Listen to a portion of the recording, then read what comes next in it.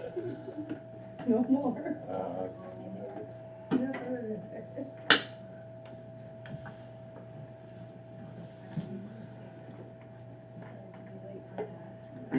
Yeah, keep it real. Late for the first one.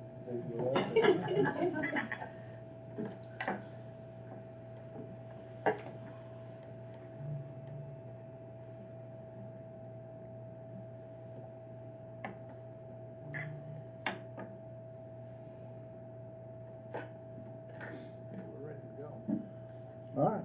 Good evening, everyone. Welcome to this regular board meeting for Milburn School District 24. Can we have a roll call, please? Ms. Paul? Yes, present. Mr. Coleman? Present? Mr. Gray? Yes. Mr. Lawrenson? Present. Mr. Murphy? Here. Mr. Pederini? Here. Ms. Roberts? Here. All right. Can we stand for the pledge? Pledge allegiance to the flag of the United States of America, and to the republic for which it stands, one nation, under God, indivisible, with liberty and justice for all. All right. Is there any public comments?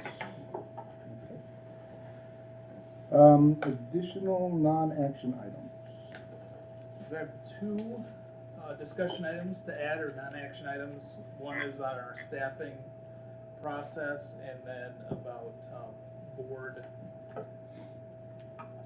replacement, Okay. board vacancy. Board vacancy replacement. Sounds good. Action items. We need to approve the reading of the board policies for review as listed. Are there any we want to pull out? There were some that we had discussed and specifically related to 510 with the what they were calling the policies not to discriminate against certain categories. Many categories were listed where there were so many exceptions to you know what would be determined as discrimination based on the policy. So I just wanted to call that to light, as we've discussed in the past. Right. And it was basically following the letter of the law, right? No, yeah, but it wasn't. See, that's the problem. They're not. That's why I had asked Dr. Linda to work with our legal counsel to identify which of those categories or classes that were identified in the policy were subject to the law, strictly by the law. And in each and every case, there was always exceptions. And so if you would adhere to that particular policy and the adoption of all those categories, you're just kind of cutting yourself at the knees. Okay. So are we recommending a change in it, or do we want to pull it out and talk about it? If we were to change it, the policy would grow by tenfold, really, to go through all the exceptions. Gotcha. Really, Jason, is there anything apart from that? It would just... It's hard, yeah. It's hard to get all the scenarios in a policy, so this is more generalized. And our attorney recommends this. Okay. She did look at it. Mm-hmm. Said, no, this is what you should have. Okay. Anything else? No. Anybody got questions on this? Okay. Can we have a motion? I move to approve the reading of the board policies for review, updated 2021, as listed under 6A in the agenda. I'll second. We do need a roll call on this? No, you don't, but you can.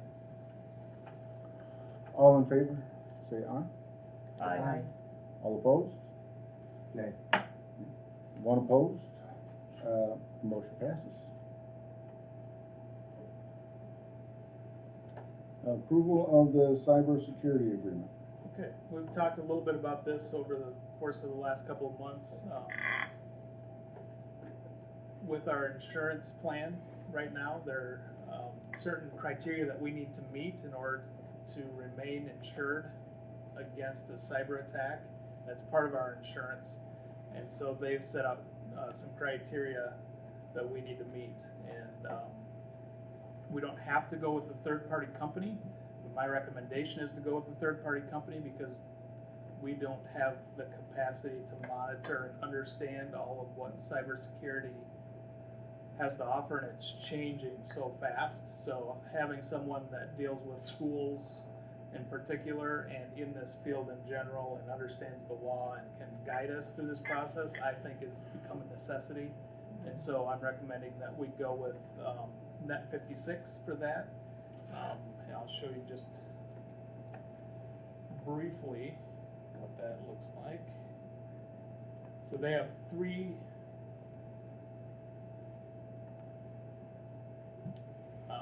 levels of engagement. My recommendation is to start with the lowest level of engagement, which is $1,500 a month, which is still very expensive. And what we're doing is getting someone to look at our systems, to poke holes in our systems, to tell us what we need to do to fix, at least for the base minimum. They said this will get us into what we need to for now for insurance purposes, and also help us understand where our weaknesses might be, and if we need to go add different levels of security. Down the road, that's not going to be enough. So there's going to be a ramp up into different levels of engagement with either this company or another company, but I think we need to start here. So do they offer software or just like do they offer solutions when they find holes in the system? Yeah, they'll offer solutions, Okay. and I'm sure they would offer to fix them for us, or we could go to a third party, someone else to fix them for us, Or maybe we could even fix them, right? or even ourselves. So one of the first things we need to go is to do is two-factor authentication, which simply means when we log into our Google system, it's going to ask us to provide a phone number, and it'll text a code to the phone or iPad, either one, and then you'll have to enter that code. So that's two-factor authentication. I'm sure if you've done any medical, gone to the doctor lately, or logged into different banks, they require that. So that's one thing that our insurance requires now to get in to protect. Just for staff though, not students? Just for staff at this time, but students is coming too. But they're in a more of a closed system, so they won't have a phone, obviously. So I don't know how to, but they said they would figure out how to do that. Where's this being financed from? This? Yeah. Our pocket, Well, yeah, but I general mean, fund. we don't, this isn't replacing we're not replacing a security system. This is No. essentially new monies This out of is the new general. money. Okay. This is new Jason, money. do they have any packages that offer threat detection, like active They threat detection? do. That would be in the gold package, I believe, where they're putting malware on our network. Now they will do this to us, but it's more like on a quarterly basis. It's not an active daily. That would be either in the gold or the platinum package. I can't remember which one is the constant monitoring and auditing, where they would pick it up and it's more of a proactive, active. And I know you said that the baseline was like a for now. Do you have like a graduated guesstimate for how long that for now would be until it would need to be upgraded? 1 year. And is this something where we could pool together with other districts? Like, what do we do that for? So this is, Better price? yeah, this is kind of what we're doing with this, is pooling together, Okay. because they are a company that does it for, they have, I don't know how many districts they have, 40, 50, 60 clients Okay. that they do this for, so it's going out. There are very few districts that would have this capacity to do it with us, that would have a cybersecurity specialist. There's a certification with cybersecurity too, different in the tech IT world. Many of them. It's So the platinum package, that'd be $46,000 annually, approximately. it's a lot. It's a lot of money, but you can see number 3, incident response checklist. At least, what it tells me is, let's say that there is a breach, and there's some sort of cyber attack, okay, and we have the silver package, which is 18 versus 46 annually. Yep. My guess is, if we need to recover systems, obviously there are going to be separate charges. Did they provide any kind of detail? If we have to recover systems with the cybersecurity insurance, they'll pay somebody to come in and help us do that. Okay. So there is cybersecurity insurance That's why we need this. that can cover, restoration of systems. As So long that- as we have certain things in place. Yeah. So Okay. the insurance company Okay. is saying, you have to have this kind of, and this will help us with our governance. They Yeah. said, they'll walk us through what policies we need to have in Mhm. place. Some of those procedures, I think they did have it in that platinum package, but they talked about that with us. Just a checklist of what we need to get done. But if we don't have that basic Okay, activity in Yeah. place, then the insurance company is gonna say, no, we're not okay, so insuring at least what's being offered in the platinum package is a moot point, as long as we you." have At this point. an opportunity for restoration to be covered by insurance. Now, other middle schools in the area, they're like, also have that insurance policy out for their cybersecurity, is that unique? Many of them do. We're a part of QUIC, which is something Cooperative liability insurance cooperative. or something. But I think they have 150 or 160 districts, and that's who our cybersecurity insurance comes through. But like, Now we the- chose to get that, right? But it's like a la carte system? No, it's part of just having Click? Okay. Well, You can't, There- can you not choose to have cyber insurance? well, if you don't have all these things in place, you won't get it. Right. But you'll be paying for But you it. can upgrade what level of cybersecurity insurance you have too, and I think we're at like the second level, which I can't remember how many million I can't remember if that's 2 million or what amount that is. Are schools The other becoming thing- targets? Pardon? Are Yes. schools becoming targets? They are. Yeah, they are. I mean, how many times have we been attacked? Do we know how many times we've been attacked? One other thing too, though, with the Illinois Century Network, that's who our internet comes from. Okay. There are things in place on their network to also protect us, and that'll become even a little bit more starting July, well, supposedly July 1, but it probably won't be July 1. When we move in through the Do It Consortium, there's state money, and then there's also the E-rate dollars that basically over the next 2 years, most of our internet costs are gonna go away because they're gonna be covered by this consortium that's using state and E-rate dollars. Okay. But they do have firewalls and other things that we get as a part of being a part of that consortium. Okay, which is why you're comfortable doing the silver for now, knowing that we'll have to move up as the Right. base, yeah. When we were talking about it, we didn't wanna pay for things that we can't utilize because we're not ready. We wanna start with the simple, and if we need to move up, we move up. But if they recommend changes in when we get to the platinum, if we recommend changes and we can't do it or we can't afford to do it, what's the point of paying for that if we don't have to? Yeah, as long as restoration will be covered Yeah. by insurance, then anything more. Right. Waste. Because you can spend, I'm learning a little bit more about this. You can spend hundreds of thousands, some companies will spend millions and big companies, billions of dollars on this.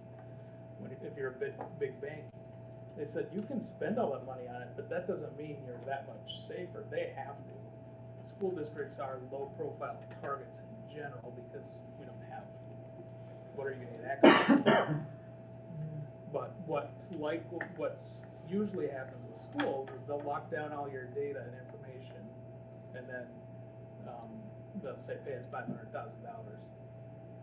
for us to unlock, so it shuts you, we'd be hurting. And those dollar amounts are increasing exponentially Right. over the last several years as far as what they're requesting. But the other big target are social security numbers for young children, because those will be good for many, many years. So there's a lot of theft of those, both Which through we things don't like this collect. as well as on the dark web. Which we do not collect and put in any That's of good. our systems. That's good. But that is one of the big targets. So I'm asking the board tonight to approve net 56 at this silver package at 15 for 1 year. It's actually a little more than a year. It starts now, goes through June 30th, 2023. Year and 2 months.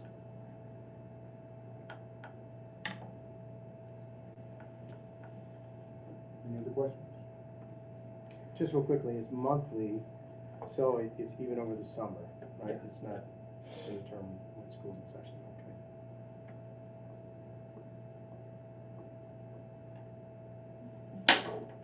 Anything else? All right, roll call, We need a motion. sorry, yes, we need a motion. I'll make a motion to approve the cybersecurity agreement with Net 56 at the rate of a $1,500 monthly charge. Second? All right, now roll call, please. Okay, Ms. Roberts, Yes. Ms. Ball, Yes. Mr. Coleman, Yes. Mr. Gray, I will abstain. Mr. Lorenzen, Yes. Mr. Murphy, Yes. Mr. Petterini, Yes. the motion passed. Summer help positions.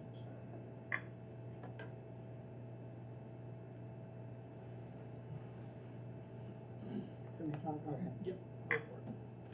Yeah, basically, we did talk about this a little bit last meeting, but looking to hire, and it sounds kind of strange, but the equivalent of 6 employees working an 8-hour day over 69 days. Because we have summer help that may start in mid to late May and only work through the end of July. Others may not start till middle of June and work later, etc. And then also, typically we've had, it depends on the year, 1 or 2 people who will work a portion of the summer in the tech area with summer help, depending on, and I don't know what we have going this summer, whether that's something we'll need or not. We will Okay. need some support there.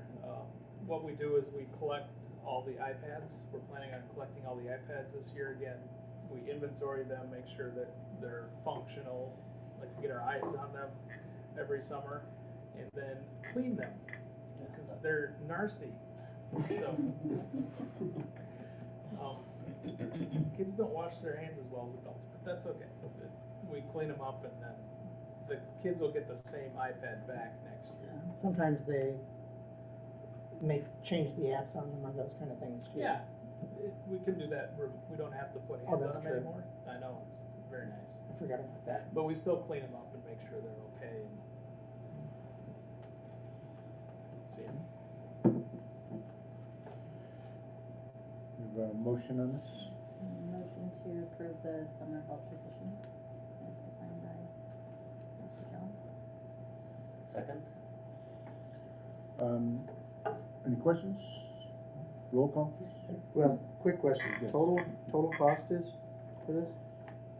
I can pull up something and tell you what, I didn't calculate it for this year, but I can, it's been a couple of years since we've done this.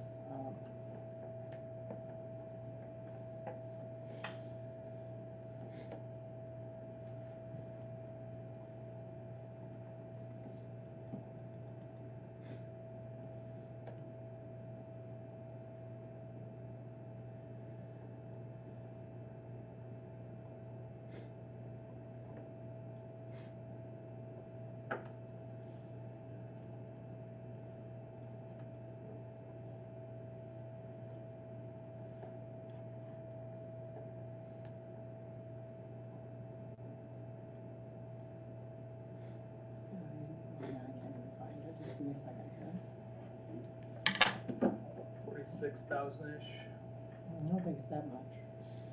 I guess high. Okay, I use $14 an hour, which is high. If you use $14,000 an hour, or $14 an hour, it's 46,368. Is this comparable to what we've had in previous years? Yeah. and normally I'm more on top of it than, That's okay, I mean, if that's consistent with what you've seen and what you anticipate with the Yep. the hourly rate. Yep. Okay, And it's been what we needed, it hasn't been too much, too little. usually we end up, even though we may start out hiring that many, usually we may have one or two that kind of drop out partway through the summer, so we still typically don't spend all that money, but, And if we find we don't need the help, yeah, we won't hire them. we won't hire it. But it's nice to have optional if we're getting behind it. If it's a summer, it depends on mowing, you know, if it rains enough and the grass grows all summer and doesn't brown up, then we need more. Because there's probably a full-time job just mowing the grass between the two schools. There definitely is, sometimes even with just this building, the Yeah, property next depends door. on how fast it's growing. Sometimes you got to mow twice a week. Any other questions? You good on that, Sean? mm-hmm, Roll call? Mr. Pettering, Yes. Ms. Roberts, Yes. Ms. Boss, Yes. Mr. Coleman, yes. Mr. Gray, I will abstain again. Mr. Lorenzen, Yes. Mr. Murphy, Yes. the motion passed. All right. Resignation of board member and vice president Stephen Gray. Decline. Set a beer. No, so sparkling water. I opened it in here. No vodka in it. No Tito's. So, Yeah, go ahead. no, it's been a pleasure, guys. Appreciate everything and, you know, continue to do the good work that you guys do and work with our staff and our teachers. So you mentioned that you plan to be coming back in district, is Is there a timeline yes, on that? hopefully soon. Hopefully Hopefully soon, keeping an eye on the market, got my ear to the ground. Okay, I'll let you know. If I hear something. Okay, Yeah. yeah. We're looking at your neighborhood, Yeah. sucker. Yeah. We're coming, Yeah. your neighbors. Say anything or just go on with this? We have something at the. At the end? Okay. Is there a motion to accept the resignation? I'd like to make a motion to accept the resignation of board member and vice president Stephen Gray. Well, I'm not gonna Everybody abstain. say. I'll second. All in favor? Say aye. Aye. Opposed? Stephen, we'll miss you. Thank you for your service. And hopefully, we'll see you again soon. Hope so. Consent agenda. Does anyone have anything they'd like to pull out of the consent agenda? Do we have a motion on that?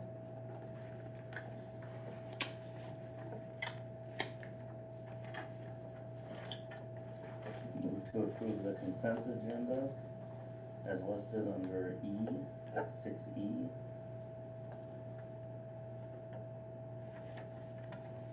I'll second. Roll call, please. Mr. Lorenzen, Yes. Mr. Murphy, Yes. Mr. Pettering, Yes. Ms. Roberts, Yes. Ms. Boss, Yes. Mr. Coleman, Yes. Mr. Gray, I'll abstain. the motion passed. Information and discussion. So staffing? Staffing process. So we don't have any specific specific recommendations at this time to make for staffing for next year as far as adding any staffing, but I did want to talk through the process a little bit and where we're at for this current session moving into next year. And I think it's important to understand how we come up with these ideas, and it's not just random throwing darts at the board for staffing.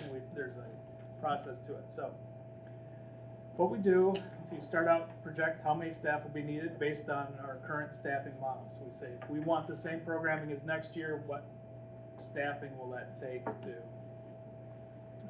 move forward in the upcoming year? So we review the enrollment projections, we review the enrollment trends, what's been happening over the course of the last few years. We review caseloads in special education, and then any changes in law that could impact staffing. For example, there's been recent changes in the physical education requirements at the elementary level, K-5 level, and that's going to impact our staffing for next year and what we need for that program. Then we determine if changes will be requested, determine the financial impact. So we say, okay, are there any other changes that are in our model that might be needed? Do we want to add a STEM program? Do we want to add something else? Do we want to add a football team and we need to hire a football? We're not. That's a bad example, but it's an example. So those requests will be taken in and considered, and then we determine the financial impact of any requested changes. Say, okay, if you want an additional FTE here, what's the impact of that going to be? And then we determine, do we have new funding sources for that? Can a grant cover that, or is there long-term funding for that, or we're building 50 new houses in our district all of a sudden that we didn't know about, and we're going to get more kids and we have more funding coming? Would that help? So we look at all of that information. So we take all of that information, determine, okay, what's our constraints as far as our budgeting goes, what's our constraint with the law, what are we trying to accomplish, and then we start to prioritize. So we prioritize by looking back at the strategic plan. What is our intention as a district in strategic planning? Are there any initiatives that we want to focus on? Our district goals. We look at the evidence-based funding model. The evidence-based funding model is what superintendents and teachers and business managers spent years trying to develop and put forth to the state to say, this is what a school minimally, this is basic minimal education, what staffing model will best serve that group of students.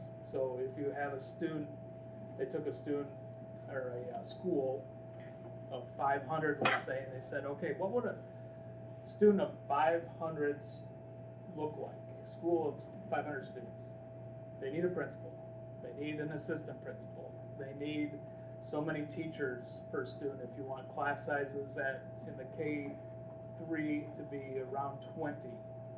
If you want class sizes in K8 around 25, this is how many teachers you need. And they staffed that all out. They said, you're going to need, on average, so many special education teachers. You're going to need, on average, so many social workers, so many instructional coaches, and they mapped all that out.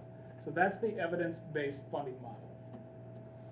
There's 27 elements that go into that model, but all of those say, this is what a basic education requires and what schools should be trying to shoot for. Now there's always exceptions.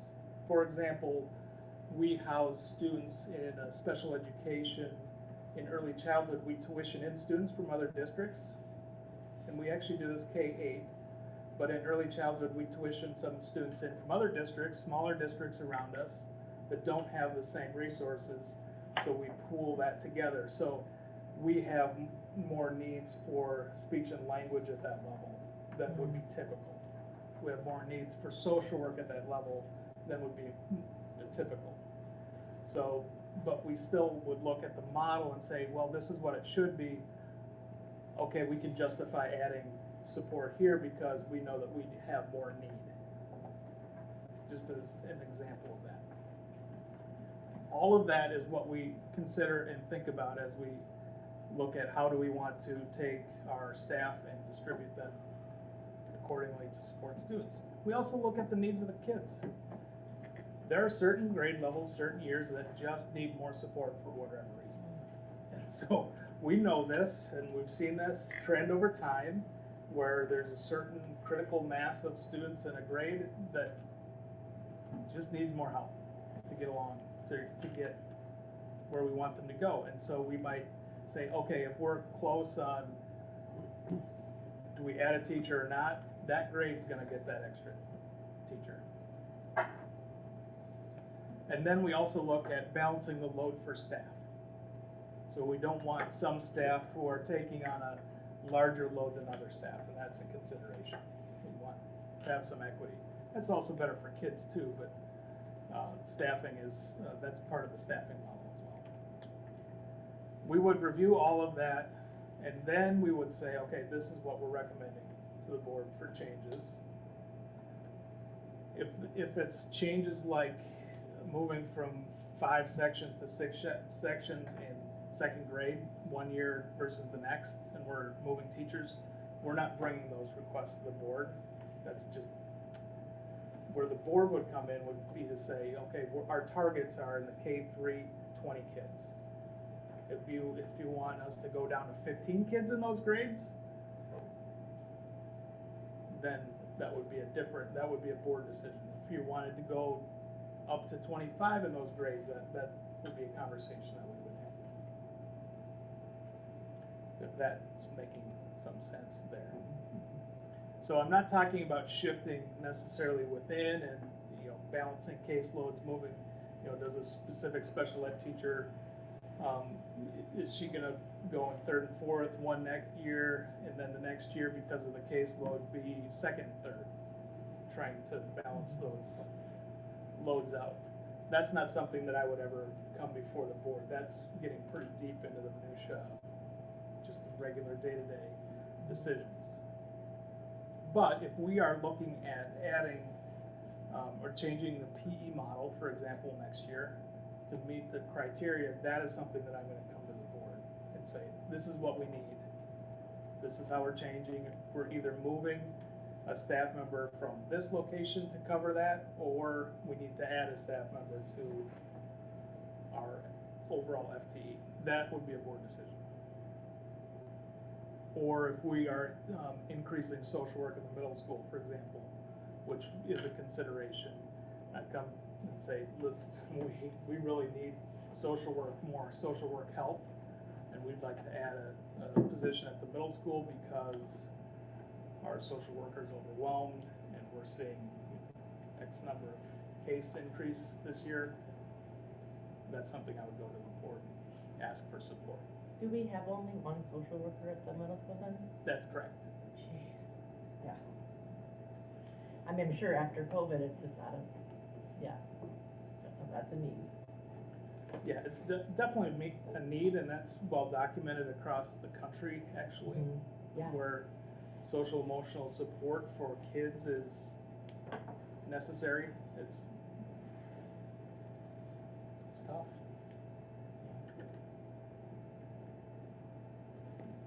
So that's one area that I'm going to be talking about and have more information to the board, social work in the middle school. But I also wanted to let you know. And I don't know if that's going to be an increase in FTE yet overall, or if that's going to be a shift in moving from one position to another. But either way, that's what we need to figure out. When do you usually have this kind of settled in? Now. Usually now. Soon. When will we find out about the gym class? Like, soon. Yeah. And where will that come from? Does that become like clarification on the legislation or No. advice or? No, there's different ways that we can there's different ways to meet the need. So right now we have a A, B, C, D, E rotation for specials. 2 of those days are PE, 1 day's art, 1 day's music, 1 day's STEM. So what we could do is eliminate one of these 3, the STEM, music, or art, which we do not want to do. That's not my recommendation, but I'm just throwing out what are possibilities. You could eliminate one and you could say, okay, the STEM teacher is now going to teach an extra day of PE. Done. You got your 5-day rotation, it's intact. But we don't want to lose STEM, I'm assuming. Just, that is not going to be my recommendation, but just that is a possibility.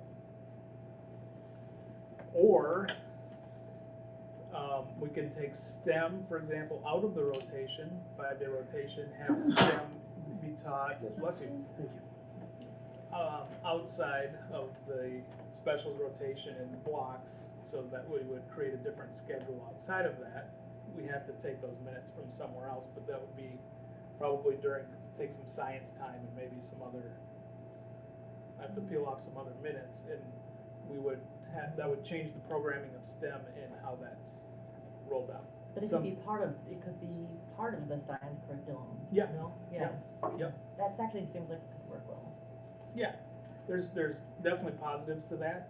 So we can take, if we take STEM out of the A, B, C, D, E rotation, the specials rotation, we can have the kids for chunks of time for 7 or 8 days at a time in straight, where they get that instruction and can go to the STEM lab. And with robotics, that gives some continuity with that.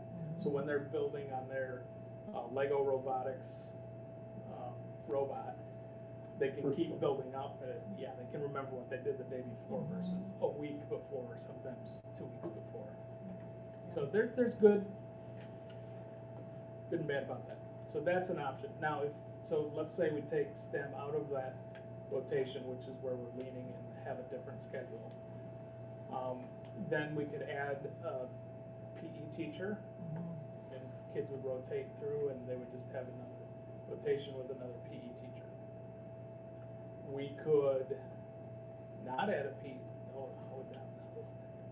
We could not add a PE teacher. The kids would still rotate through, but the 2 teachers would now have 3 classes in the gym instead of 2 classes in the gym.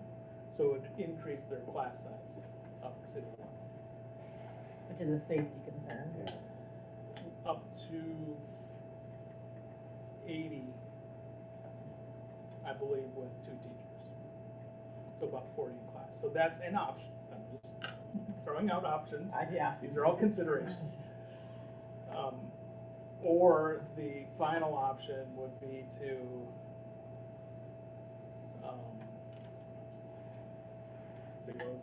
final option would be to have 2 classes in one gym and have a PE teacher and an aide, and 1 class in another gym with a PE teacher.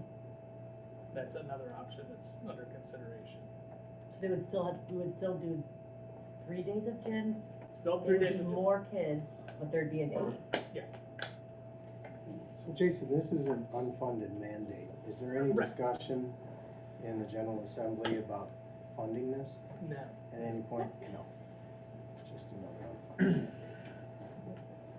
No, this is the cybersecurity stuff too, but you know, outside of the cybersecurity safety things, which is not necessarily the General Assembly's doing, but there's other pieces, the SOPA, the Student Online Privacy Protection Act, which is costing us $20,000-$30,000 a year too. That's another unfunded mandate that's big. But anyway, the other option that I didn't talk about too was if you left STEM in and you had a 3-day rotation with our specials, you could have PE at another time with a 3rd teacher just outside of that rotation. That got to be a nightmare scheduling, but it's possible.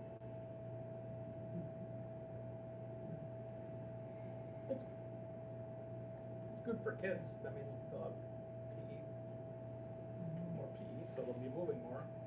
Our PE is a little longer than most, 45 minutes.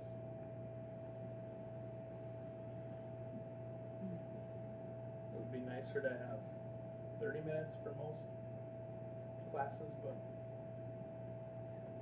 that's okay. I like 45 minutes for a lot of reasons too, especially if you're doing some different types of game motion. What's the like, required amount? Like, There isn't they're just saying 3 times. 3 times. It could be for 15 minutes, just 3 times. The only right. The only caveat.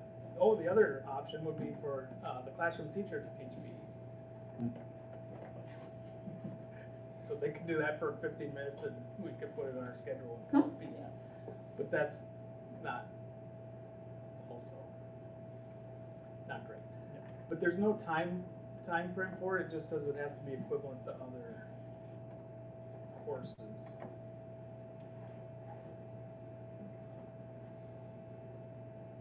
So 30 minutes is a typical requirement, or typical time frame. Do you think we could staff gym aides? Do you think that'd be something I can see putting out the position? That would be a hard position to fill, maybe, or no? Not in a few years. No, I might be available. Maybe able to start. Be fun. So those are what we're considering. So we'll come back to the board. Yeah, With thank you for costs going and over that, analysis. yeah. And the teachers are working hard. You know, we want them to think about how it would look in all those scenarios. And what is the value added by having a third PE teacher versus a paraprofessional, and what would grading look like? Well, all of this. So we're asking for them to give us some feedback there and think through that. How would it change the program?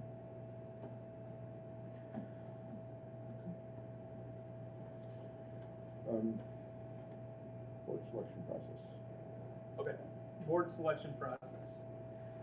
I put some notes out in, I'm doing this based on memory, out in the Friday notes last week, so if you read that or can read it, it's in the Friday notes. So Veronica's got an email ready to go for tomorrow to announce that Stephen unfortunately had resigned as of tonight, at the end of this meeting, and that we now have a vacancy. So Veronica's got processes in place where she has to notify the Regional Office of Education within 5 days of this vacancy, and the county clerk, we've been told, and send it out to everybody, ask for them to fill out an application if they're interested, and then at the next get the applications back to you guys before the next meeting. Then at the next meeting in May, in closed session, we would review the applications and narrow, typically what we do is narrow that down to 2 or 3, however many we want to interview, and then at the next board meeting we would interview. So the May 23rd board meeting? I'm not sure, is that 23rd? 23rd. May 23rd board meeting, then we would interview. So we could either interview before the board meeting at, let's say we start at 6 o'clock and do some interviews, or we could do it in closed session. Either way would be closed session, but we could do it after the meeting, closed session like we typically do, starting at whenever we go to closed session that night, typically 8 o'clock.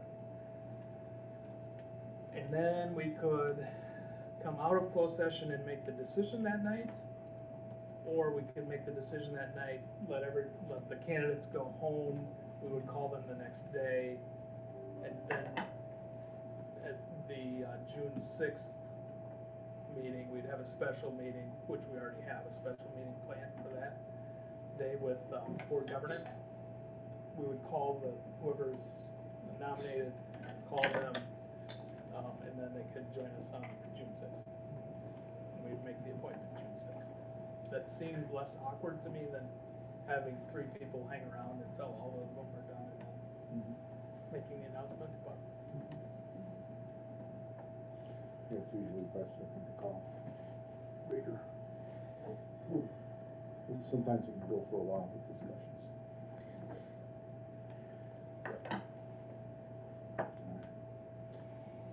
Anybody got questions on that?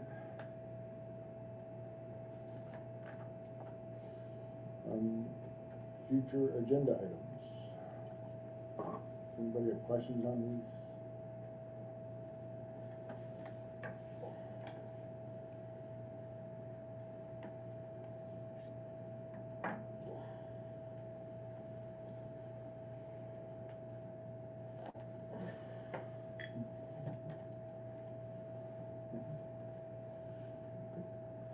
Superintendent's report? We had a wonderful play the other night. Actually, the 6th, 7th, and 8th grade drama classes that met all year, throughout the year, did their spring play and did a great job. Man, they were amazing. It's really fun. So, our drama program's come a long ways in the last few years, even though we're just starting to build some momentum and then COVID hit and it was really tough, and then now it's back already, so kudos to Mr. Kramer for that. And really funny. We've got some talented kids. Really funny. June 6th, I mentioned we have a board governance training and confirmed that with Laura Martinez, who will lead us through that process, which will be great. If somebody's coming on that night, they're going to get hit hard with board governance. Here you go. What time are we doing, the normal 7 start, or? 6. Oh yeah, good question. Thank you, Vanessa. 6 o'clock is usually when we start. And what we'll have, because some people will be coming right from work, we'll have dinner. And it usually goes 3 hours. So plan on 6 till 9, and if you come 5:30 and want to hang out and eat, relax, that'd be great too. Dinner will be served at 5:30. The program's 6 to 9. Okay, you're 5:50. 5:50. Hiring, we're doing a lot of hiring. We went to the Lake County Job Fair at Lakes High School on Saturday, which they had a great setup there. And there were quite a few candidates. We wish there were some more, but that's okay. It's building momentum for the future. But we've been interviewing actually in the last couple of weeks to try and get candidates who are looking now. Now is the time to capture teachers who might be looking to move districts, or teachers out of college, and we want to get awesome teachers for our staff, and we've got very strong candidates. Not lots of them, but very, very strong. So we're excited about that. For teachers. Also, Carly and I interviewed, and Terry Miller started interviewing for our head of buildings and grounds. Terry Miller's retiring at the end of September-ish, so we want to have a nice transition plan for that. So we decided that we're trying to get them to start in June, so that we have time to hand that off, because there's so much to learn in these buildings with the HVAC systems, and because this building is kind of like 4 buildings with its size and different systems, that we could use that. Plus, we could use the summer help. So if we get somebody hired, we won't have as much, maybe need as much summer help. Very strong candidates. It's going to be very tough. That position? Yeah. Oh, good. What kind of backgrounds, like other? That's a good question. Because it's so varied, we're looking for someone with some building construction background, a little bit, because if someone has a background in HVAC, for example, we hope that they could do more repairs on that system. They're not going to be able to do everything, but at least that would cover one of the major things, or plumbing. And they tend to have a good idea, if they've been on job sites a lot where they're building or remodeling, they have a good idea of how a building functions, all the systems function. So they have to have some building systems knowledge, is very helpful. And then what's even tougher to combine with that is the ability to manage people. Because you're working with vendors who are coming in, working with custodial staff, working with principals, working with teachers, sometimes even working with kids and solving problems in the building, understanding that. So it's kind of a very broad knowledge base that we're looking for, but someone who's managed people fairly well and someone who has some idea of systems, mechanical knowledge. I mean, you're working on Thick skin. thick skin, working on cars, you're working on lawnmowers, working on bobcats, or at least enough to know when to call for help.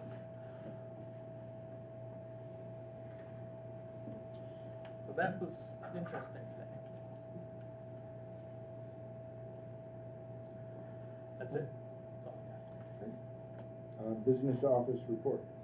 I'll just go through a couple of the things I have here. Just wanted to make you aware that, go ahead and scroll down to the sewer blockage thing. We did have an area here in the building where we've had to have them come in to clean out the sewer area twice within a 30-day period, and we did warn this last time that it is tree roots that are in there, but we're gonna bring a camera back in and actually look at all of the exterior sewer lines, and unfortunately they're all underneath the floors in the building. Just to make sure that, you know, is there a pipe or is there anything that's been damaged that needs to be repaired, or is it just the fact that this newest section of the building where the blockage occurred is over 20 years old, and that's just something that happens as you have trees and the roots tend to try to find any way to get to water. The house next door, the roof is pretty much at the point where it either needs to be replaced, either repaired this summer and replaced the next summer, or replaced this summer. We do have one quote so far. We'll be getting a second quote soon, but it's going to be somewhere in the range of $20,000. Would it be higher now because of the shortages of material? That plus the fact that we have to pay prevailing wage. So that plus the fact that we're paying prevailing wage are the things that make it a little bit higher than Yeah. you might see on a roof that you might do at your own home with Oh, I see what you're saying. non-union labor. Utility cost, we're actually not doing, go ahead and scroll down a little bit more if you could. We're actually in relatively good shape, but when we're looking at natural gas, we belong to a consortium for that as well. But they're recommending that we budget 35% more than what we spent in 21-22 for natural gas for next year, and be aware that 55% of the estimated usage has already been hedged at a weighted average price that's 130% below the current market. So basically just beware that prices for natural gas are probably going to explode next year. And then the co-op's also 32% hedged through July 2026. And that average price is 95% below the current market. Electricity, they're recommending a 6 to 8% decrease. And part of that is because they did an agreement in March of 2020 to purchase electricity from July 22 through June 24 at a rate that's 58.6% below the current market rate for the same period. And that's one of the things that when we keep talking about looking at putting solar panels and things like that on, it's been, at least the last time we looked at it, it was somewhat difficult to justify doing the solar panels because we had such a good rate on our electricity at that point in time. So I've been real happy with the particular cooperative that we belong to and what they've been able to do for us as far as managing those utility rates. But it is something that eventually, you know, prices do escalate. There was an error in spring of 2018 on the EBF funding. They sent too much money to Chicago, so now they're giving it back. We don't get much, $224.22. But we're gonna get a check for that. So, but Chicago's giving it, Carly, do you remember how many million it was? 87 million? It's huge. I think it was 87 million. Yeah, I mean, I'm not quite sure how they're gonna, Yeah. that's a huge, you know, even though they have a huge budget, that's still a big hit for Chicago. We're at the top of the list, so they're easy to find. Yeah, it's a big thing. And then the rest of this is just kind of things that Carly and I have been attending over the last couple of weeks. Food service bid will be coming up soon as well, so. Thank you, Dr. Johns. Board reports. Anybody got anything special? I'm gonna go visit. Yeah, visit the schools. Well, I'd like to honor Mr. Gray. Congratulations, thank you for your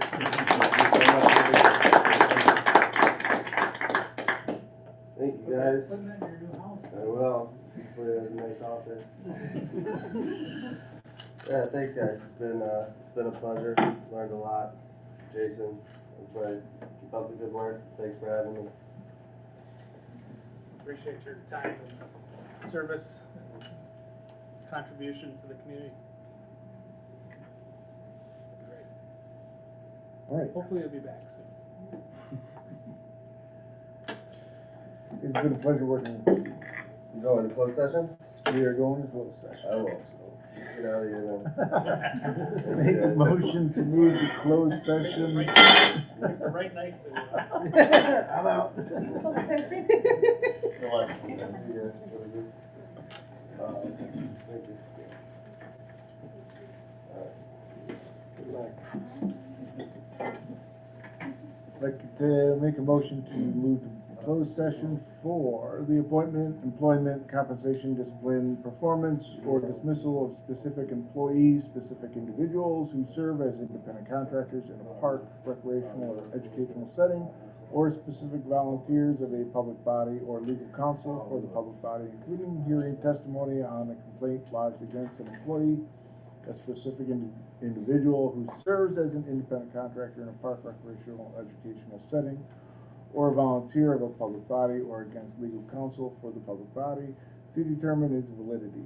However, a meeting to consider an increase in compensation to a specific employee of a public body that is subject to Local Government Wage Increase Transparency Act may not be closed and shall be open for the public and posted and held in accordance with this act, as well as collective bargaining negotiation matters between the public body and its employees or their representatives, or deliberations concerning salary schedules for one or more classes of employees.